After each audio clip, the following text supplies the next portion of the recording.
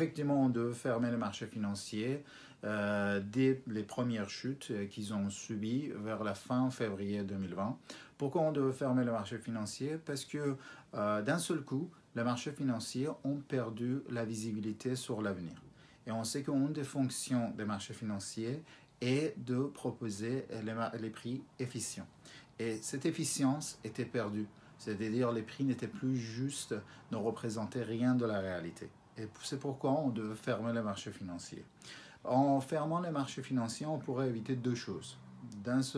La première, ce serait de empêcher que les investisseurs voient leur investissement de se fondre dans un marché qui n'est pas en fait connecté à la réalité. Donc ça crée en fait de la panique parmi les investisseurs.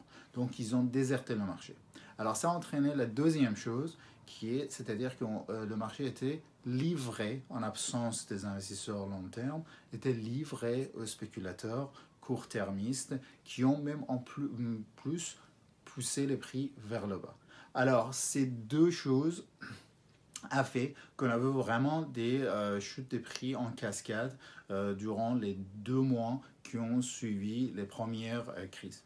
Donc c'est pourquoi il fallait fermer le marché financier dès le début de la crise.